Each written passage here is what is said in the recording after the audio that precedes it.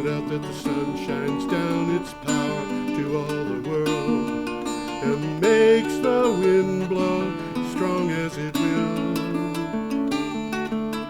I wonder how gentle rains can fall upon the land, so lovely earth can stay lovely still. Hello, ladies and gentlemen. Welcome to the 589th edition of Energy Week with George Harvey.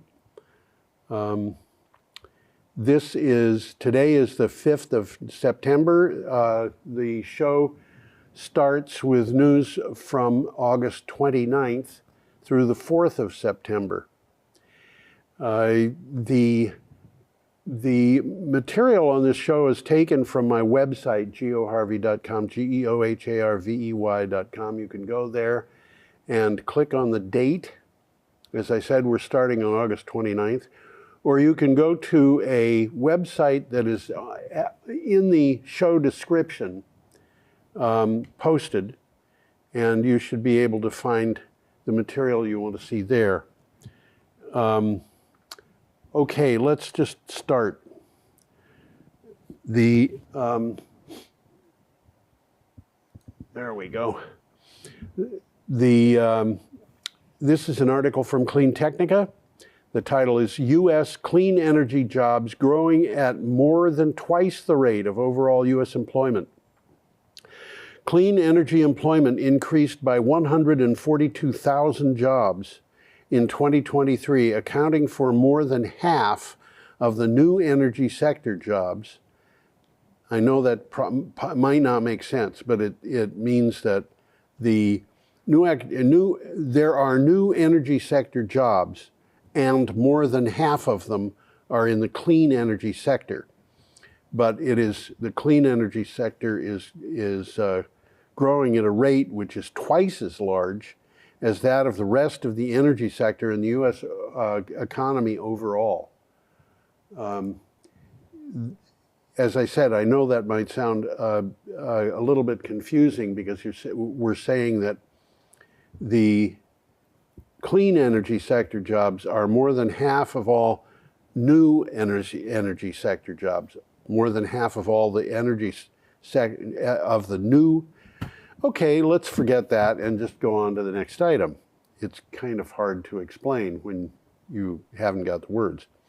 Okay, our next picture is a picture of a young woman counting dollars. This is from Yahoo Finance Canada.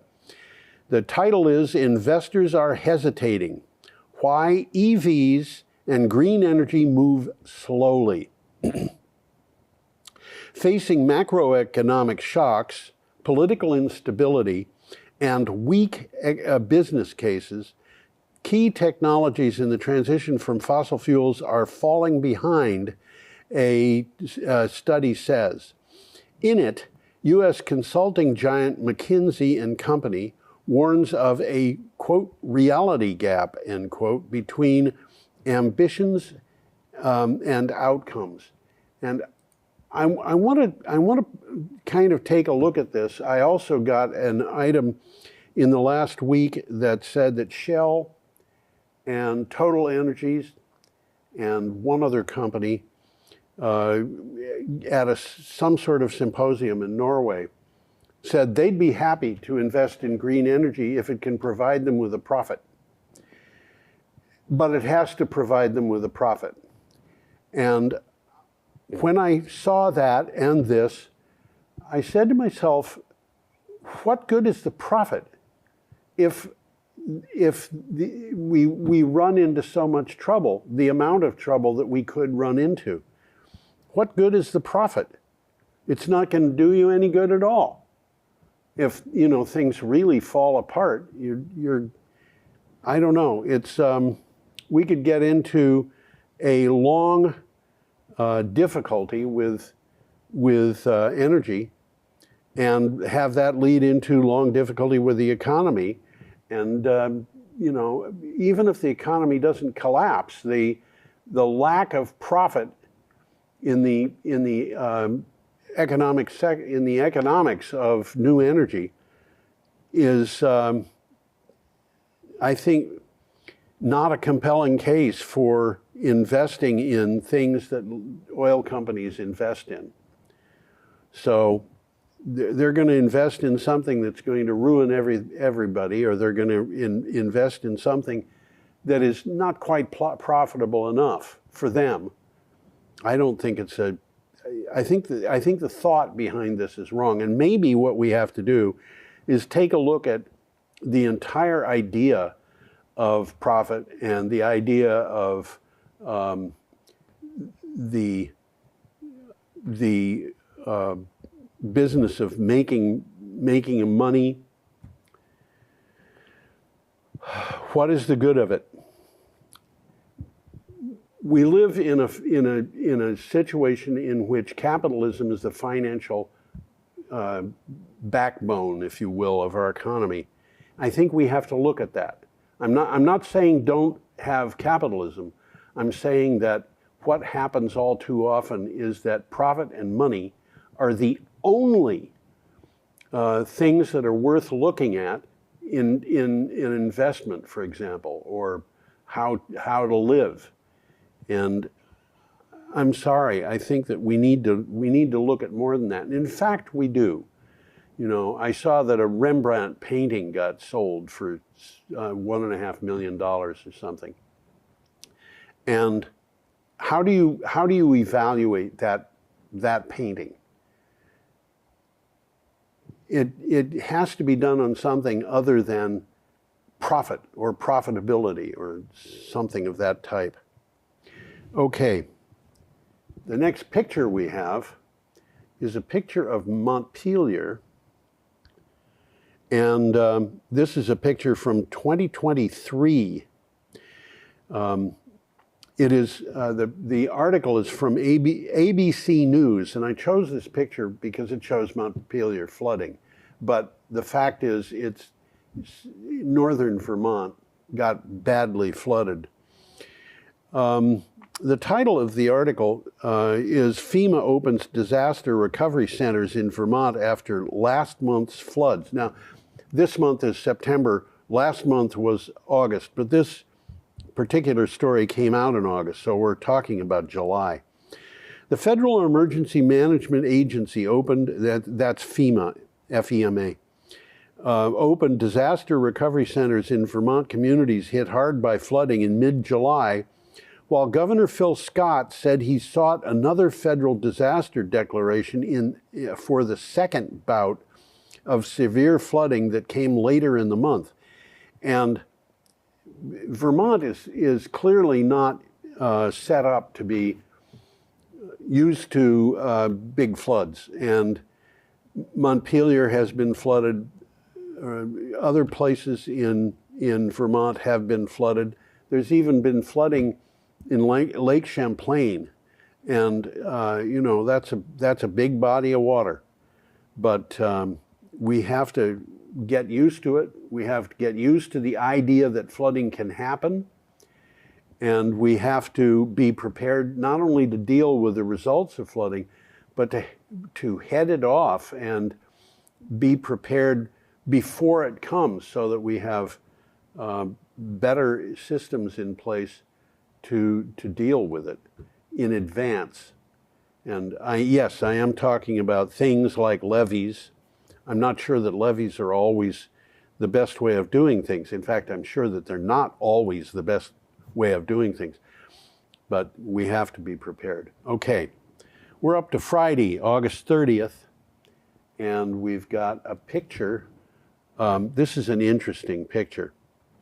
This is from Renews, and the picture there is the largest wind turbine in the world. It has 3 blades. The one that you see most prominently is the one that's going from the nacelle upwards to the left.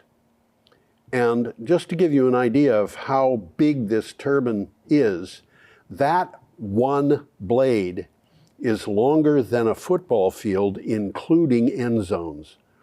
It's 130, 125, or 130 yards long.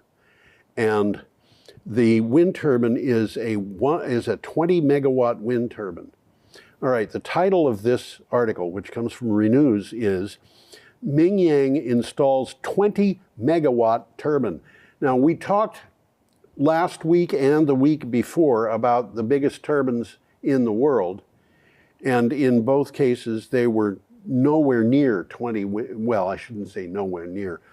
One of them was 90% of the way to 20 megawatts, but 20 megawatts is really big. Okay, the synopsis for this article says Mingyang Smart Energy installed its 20 megawatt offshore wind turbine in China. The turbine has been installed onshore by the coast, and you see it there, installed onshore by the coast. It has a rotor diameter of 260 to 292 meters. Well, I was wrong. It's not 125 to 130 yards. It's longer. According to Mingyang, at an average wind speed of 8.5 meters per second, the MYSE 18.x-20 megawatt turbine can generate 80 gigawatt hours annually. This is an interesting development for a couple of different reasons. China is so far ahead of the United States in renewable energy, it's crazy. We have nothing that compares to the Chinese bus manufacturing. I remember a couple of years ago, I saw an article at Bloomberg New Energy Finance that said that they had done an inventory of American buses, this was about 3 years ago, and found that something on the order of 650 of them were electric. In the meanwhile, there was an article that said that 100% of the buses in Shenzhen were electric. And Shenzhen is a big city. And I don't remember its population, but it might be bigger than any city in the United States. It's kind of across the water from Hong Kong. And there were something over 16,000 electric buses in the city of Shenzhen, 650 in the United States. And not very long after that, the city of Bogota, Colombia, put in an order with BYD, a Chinese company, for 702 electric buses. They felt very confident about putting in that order because they had the experience of running 700 electric buses in Bogota, which means that one Latin American city had more electric buses than the entire United States. And yes, I do have people to blame for that. And no, they do not include Barack Obama or Joe Biden. All right. And it's not just electric buses, it's electric cars. We have one good electric car company. It's called Tesla. It's known worldwide. It is not as big as BYD in terms of the number of cars it sells. Of course, BYD is not all electric cars. Some of them are hybrids. There's the manufacture of solar panels. It's largely in China, largely in India. The United States is trying. Okay, our next item, there we go. That's farmland. And I went and looked for a picture of farmland, and I found this, and I thought it's so neat that I just put it up. This looks like probably Amish people. It might be Mennonites of some type. There are many, many types of Amish and Mennonites. I want you to look at the size of the man who is driving the horses, and look at the size of the horses. Those horses are gigantic. Anyhow, this is from MSN. The title is Former Croplands Could Be a, quote, sweet spot, end quote, for renewable energy production. Researchers mapped American croplands that have fallen out of production in hopes of inspiring new uses for them, such as for renewable energy. Roughly 30 million acres of croplands in the United States have been abandoned since the 1980s, the report says. Now, we're going to get to another story that also talks about 30 million acres of land. I'm going to save the stuff I'm going to bring up for that story, but we're getting back to 30 million again. Okay, the next item is from Clean Technica. The title is First Wind Lease Sale Offshore Oregon. Okay, the Department of Interior announced that it will hold an offshore wind energy lease sale off southern Oregon. The two areas to be auctioned on October 15th, 2024 by the Bureau of Ocean Energy Management could generate more than 3.1 gigawatts if fully developed and could power about 1 million homes. And the idea of installing a wind farm off Oregon is especially interesting because the continental shelf off the entire west coast, really, of the lower 48, the continental shelf is very steep.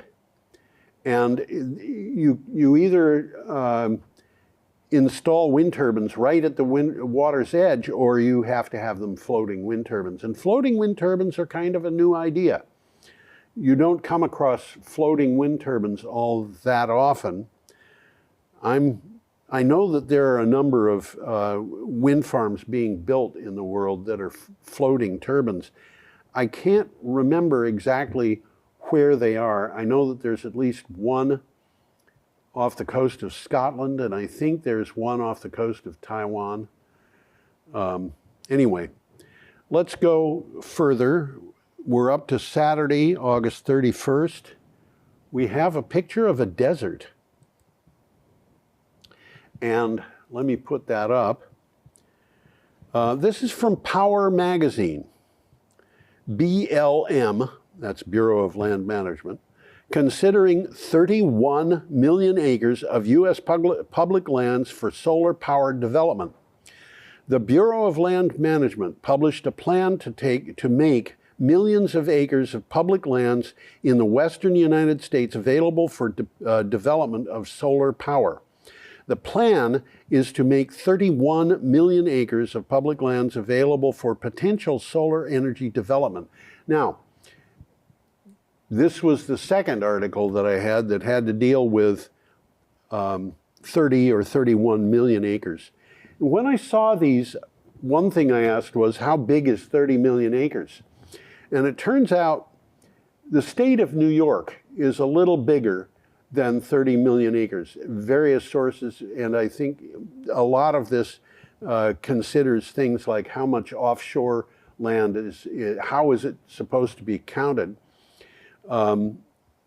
It seems that the land area of New York is something upwards of 31 million acres, and with the water it's 35 or thereabouts. So we're talking about an area spread mostly across the western part of the United States that might be put up for solar development. And this picture that I got was, I just started looking for pictures, and when I got to, I got kind of fed up looking for pictures, and I finally decided just to look for desert. I don't think that area that you see there in this picture would be used for solar development, because you don't want dunes crossing solar panels. But nevertheless, there's a lot of land there in the public lands that will be available. Now, 31 million acres is a number of other things as well. I decided that I would just do a little figuring and figure out how much land it would take to power the United States all of its energy. That means energy not just for electricity, but for solar power for supplying electricity for transportation. This is assuming that we're all driving electric vehicles. Those of us who drive, I don't. It assumes that we're getting all of our heat from solar power. It assumes that all of our industrial activity is powered by solar power. There are a few niche areas that are not going to be powered by solar power. But you know, that is going to be very close to 0%. It turned out, by my calculation, that it was going to be approximately 30 million acres. And then I figured something out, or I found it out when I thought to look it up, and that is how much land is being used in the United States to grow ethanol, corn for ethanol. And it turned out that that was about 31 million acres. That's a lot of land, and it won't be used for growing corn ethanol or corn for ethanol when all of our energy is electric. So that 31 million acres would be returned to the agricultural land that is in use if we put solar panels on just agricultural land, nothing on rooftops, backyards, nothing over parking lots, nothing on the mountaintops that had their tops removed to get coal in the Appalachian Mountains. In other words, we would have a slight increase in the amount of farmland available for farming for food if we used 31 million acres of farmland for places to put solar panels, and we didn't use any agrivoltaics. Now, I thought that was an astonishing idea. So I got a hold of Mark Z. Jacobson, and asked him. And he sent me an email and he said, well, your overall idea is correct. If we put solar panels on agricultural land, we would increase the amount of agricultural land that was available. He said that my calculation of 31 million acres for agricultural land was too high by a lot, about 13 million acres. But the other thing is, that was the reason for that was because if we got our energy, if we got all of our energy through electric, we would be operating far more efficiently. So we would have to, the amount of energy we'd be needing to produce would be significantly less than it is. But I'm going to repeat the idea that I had.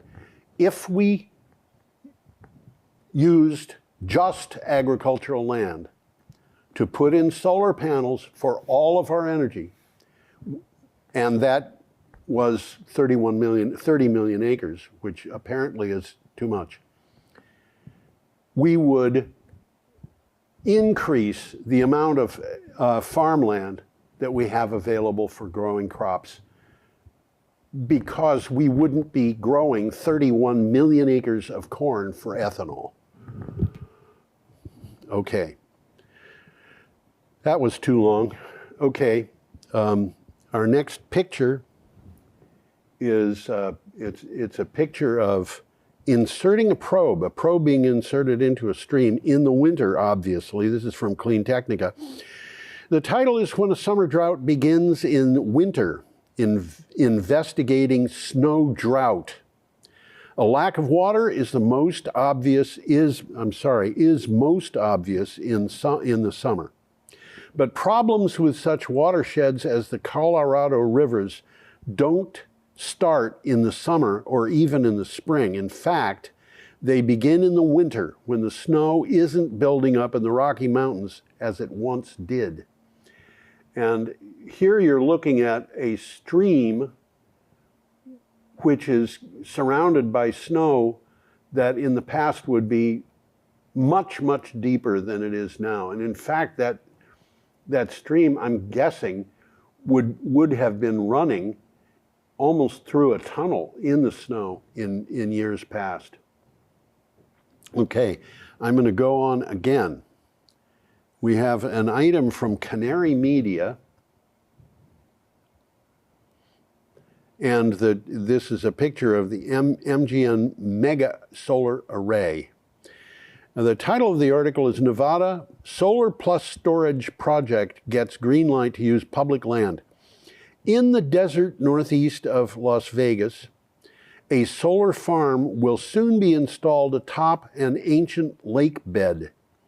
The Dry Lake East Energy Center, a 200 megawatt solar project. Now, that's 40 times the size. 40 times? Yeah, it's 40 times the size of the solar project at the Brattleboro, old Brattleboro landfill. With a 600 megawatt on-site battery storage, was cleared to begin by the Bureau of Land Management. And here we have just one big solar project going in, renewable energy project going in. 600 megawatts of on-site battery storage is a lot. And, you know, it's just the way we're going. And it's kind of astonishing. For the price of a nuclear power plant, you could get a multiple of the capacity, a large multiple of the capacity from solar projects. And in fact, it is so much cheaper and so much larger that it would cost, the electricity from the solar projects would probably cost about a quarter as much as from nuclear. And the nuclear projects would take about 3 times as long to install. And with battery backup, the solar project would be probably more reliable. So I'm not going to argue that right now. But I want to go on to the next item, which is from Clean Technica. We have a picture of agrivoltaics going on. The title is A 4-in-1 Agrivoltaic Solution for Central Europe Farm Exists.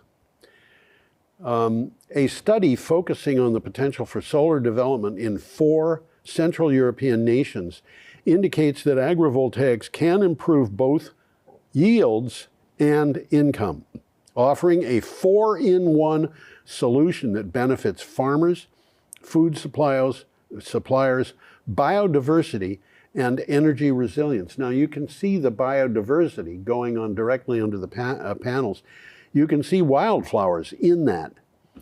But it happens that when you put solar panels into farm fields, you can increase production for a variety of reasons, one of which is there is less wind, and another of which is you have more water and less need for irrigation.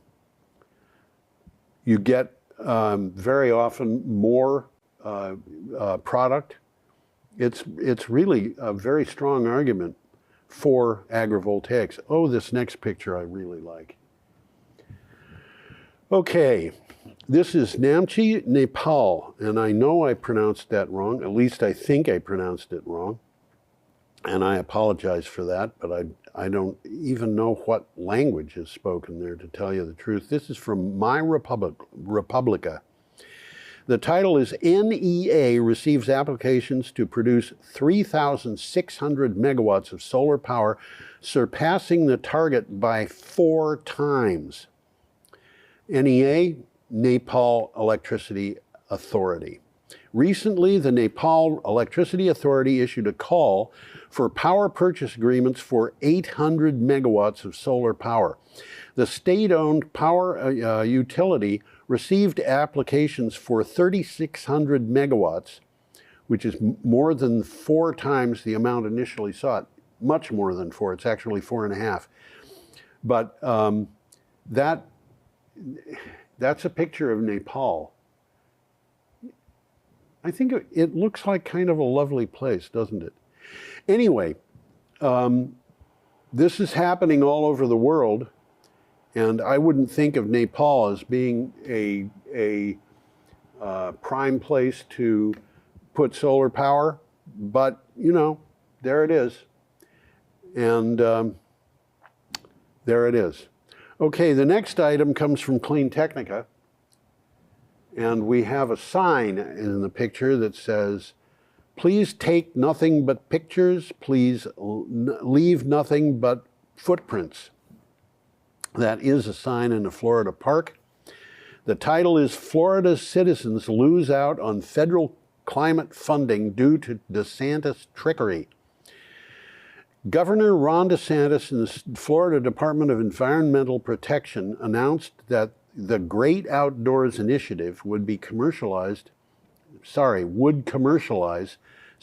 of the state's largest parks with hotels, golf courses, even pickleball courts on the state park land. Now, I have a comment on this, and that is, this was not the only article on this to appear. And the other articles, one of the other articles said, Governor DeSantis said he had not agreed to this. So this was not something that was announced formally. This was something that was leaked. It was an idea that somebody had thought up, and he said he did not favor it. Who is telling the truth? I don't know. But the idea of taking land which has been put into state parks and using it for hotels and such things does not sit well with me. Okay. We're up to Monday, September 2nd, and that is a picture of wetlands on the Klamath River. This is from CNN. The title is Largest Dam Removal Project in the United States is Completed, a Major Win for Indigenous Tribes. The largest dam removal project in U.S. history is finally complete after crews demolished the last of 4 dams on the Klamath River. It's a significant win for tribal nations on the Oregon-California border who for decades have sought to restore the river. The reason why the tribes wanted to restore the river was because it was a big source of food for them, and it was basically kind of taken away for energy. And despite the fact that California has needed more energy, and the tribes have been trying to get this removal project done for decades. The project has gone ahead to remove the dams. This means that salmon will run up and down the river. They will go up the river, lay their eggs, and go down the river.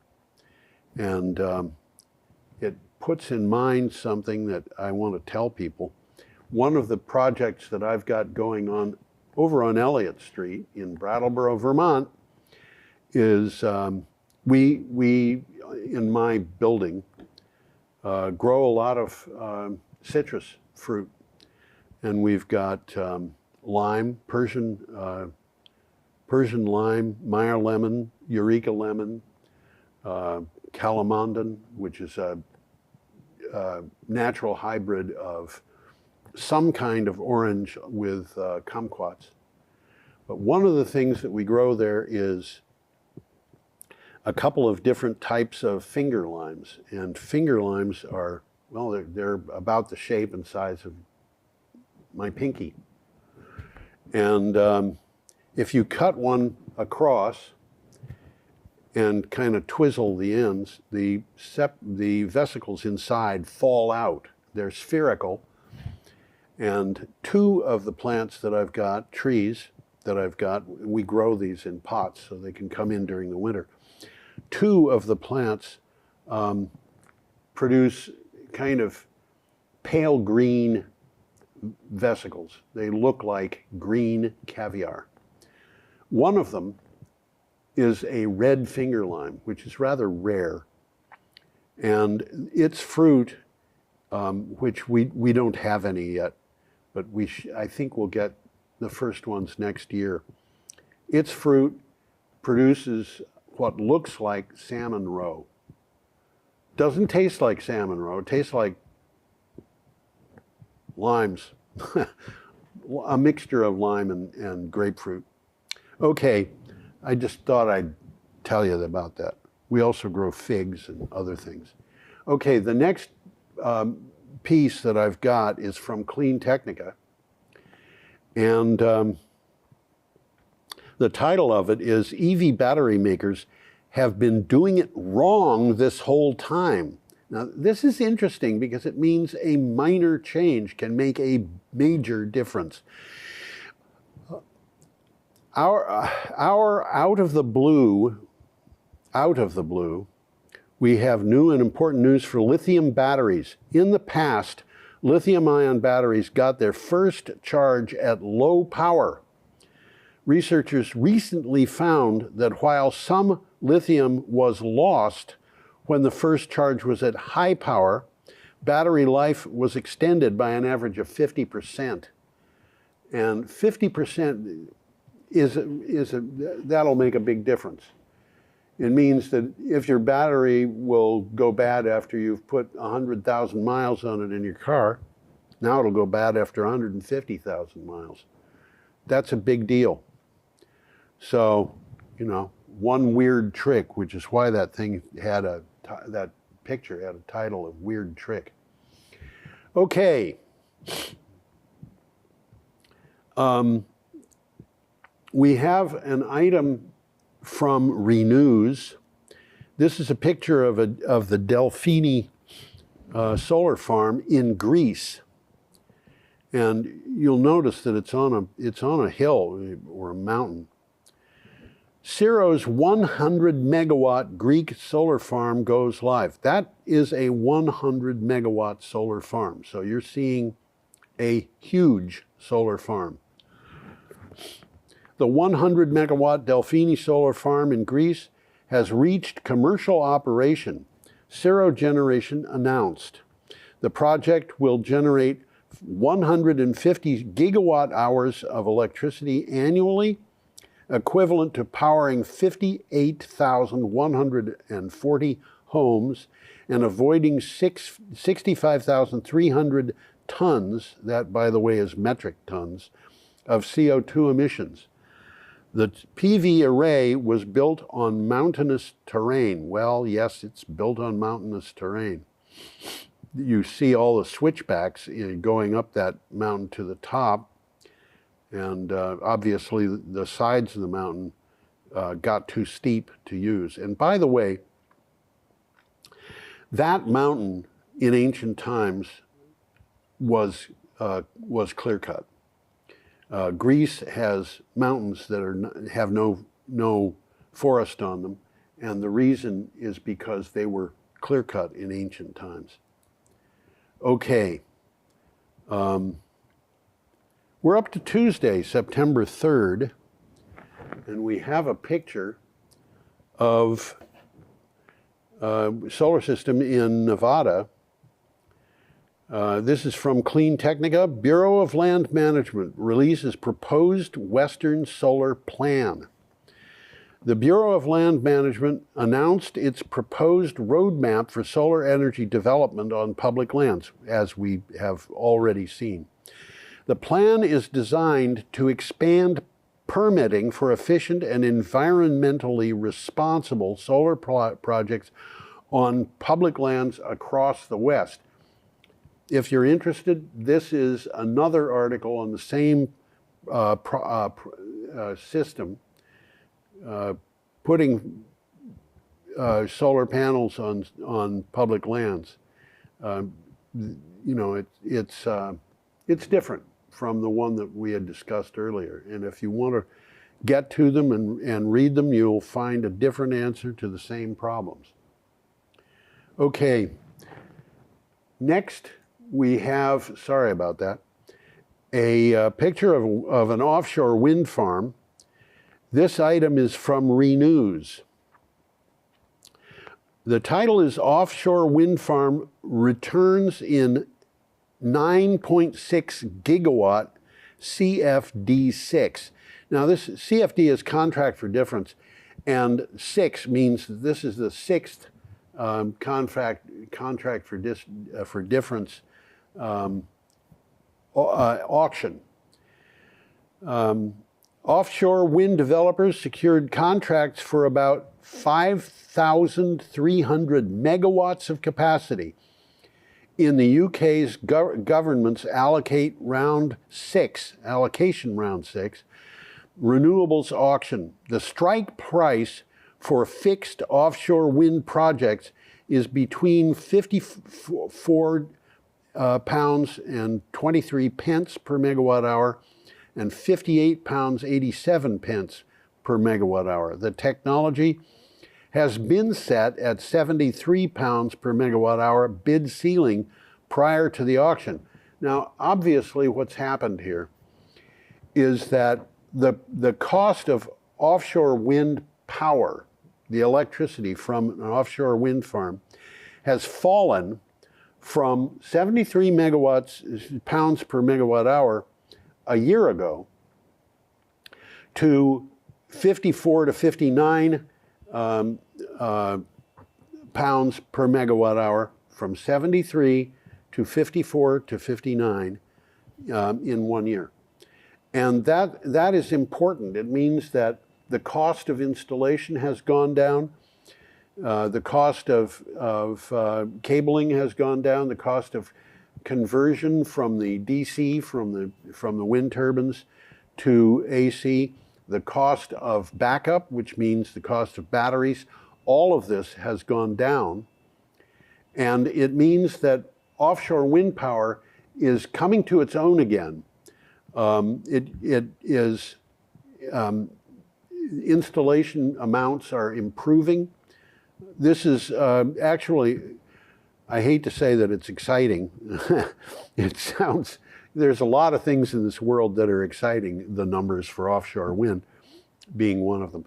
This is 53,000 megawatts out of the 99.6 or 9,600 megawatts that was auctioned. And we will talk about this again.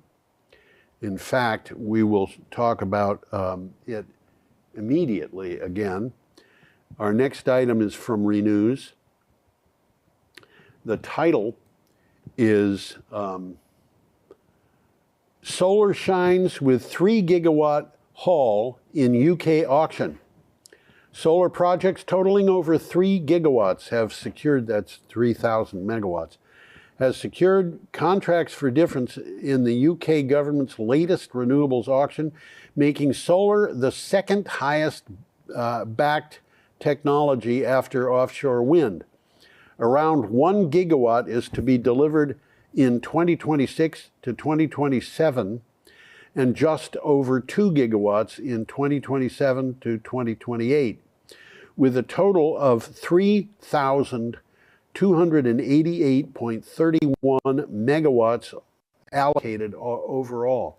Again, this is the same thing as the one that we were just talking about, which was about offshore wind. There is a third item in this, 3396. Sorry, I'm doing a little calculation in my head. There's another calculation, there's another thing that's involved in this set of auctions that we've been talking about in the last two news items, and that is onshore wind power. Onshore wind power had been blocked in the UK. It was not allowed. I shouldn't say in the UK. Onshore wind power was possible in Scotland, and it was possible in Wales and Northern Ireland, but it was not possible in England.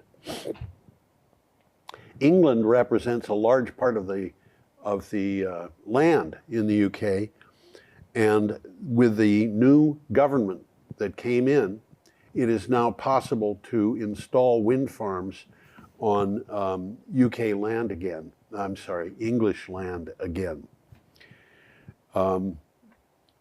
That was included in this auction. There was not quite 1 gigawatt. It was close to a gigawatt of onshore wind power that was part of the auction. I didn't want to have 3 items all relating to that one source of energy, so I didn't. I could have, but anyway, we're up to Wednesday, September 4th, and we have a picture of a train.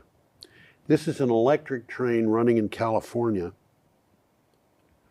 The article is from Clean Technica, and the title is California to begin hydrogen-powered passenger train service in San Bernardino.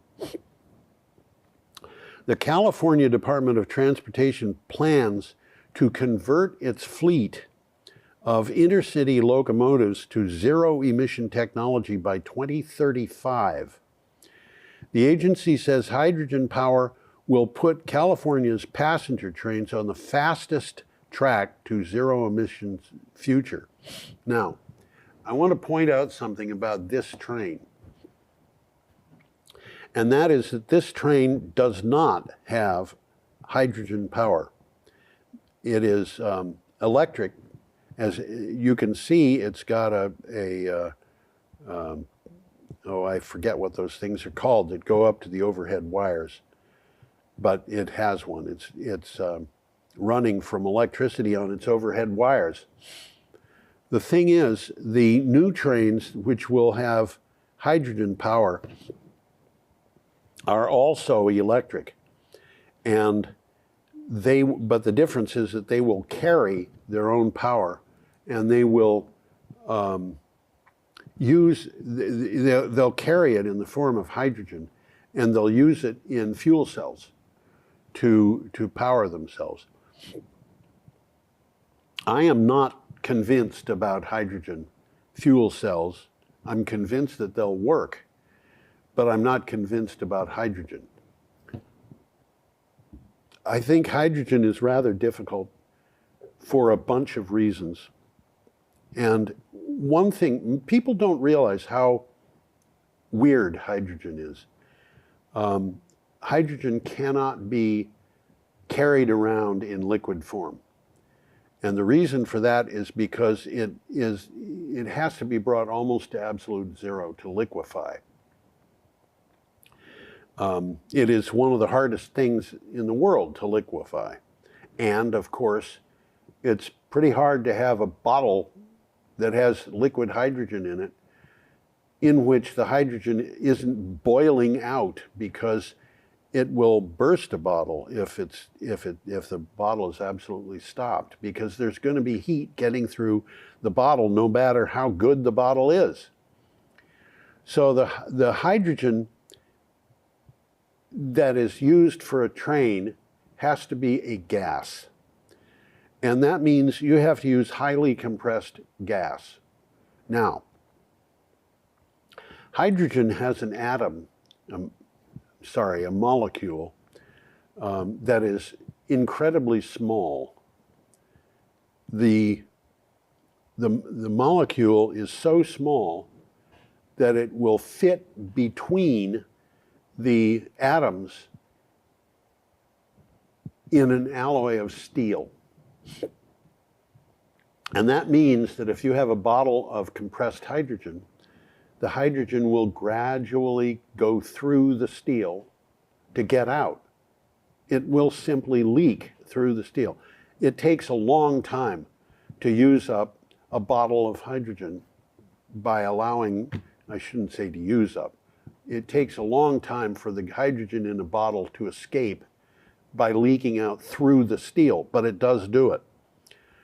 And there are other problems with hydrogen. It makes steel brittle. It's a wonderful thing to use in a fuel cell because you put it in as a source of fuel. You put in oxygen from the air. You just mix, the two of them in there. And the fuel cell will cause the hydrogen to react with the oxygen in the air to make water, and that's your byproduct, pure water. So this is the appeal. This is part of the appeal. You can burn hydrogen to produce as a fuel. You could put it through a car engine if you readjusted the car engine to take it. It's a type of fuel that I personally think, and it's just my opinion. Well, it's not just my opinion, but it's an opinion that is widespread. There are better ways to power things than with hydrogen. And there are trains that are powered by hydrogen in this world. I know that there's at least one set of tracks in Germany where the passenger cars are all powered by hydrogen. But it's not a big thing. It's kind of an experimental thing. So we'll see how this works. The other thing is you'll notice that it's going to be 2035 before it actually is brought into existence. So I don't know. I don't know how well that's going to work. Okay, we're actually done with all stories dealing with the United States, but we have a couple from other countries now. Here is an item from Renews. That is a wind farm, not necessarily in Ireland, but it is a wind farm. The title of the article is "Ireland Breaks August Record for Renewables." Last month saw record amounts of renewable electricity produced for August in Ireland. So they're talking about the month of August.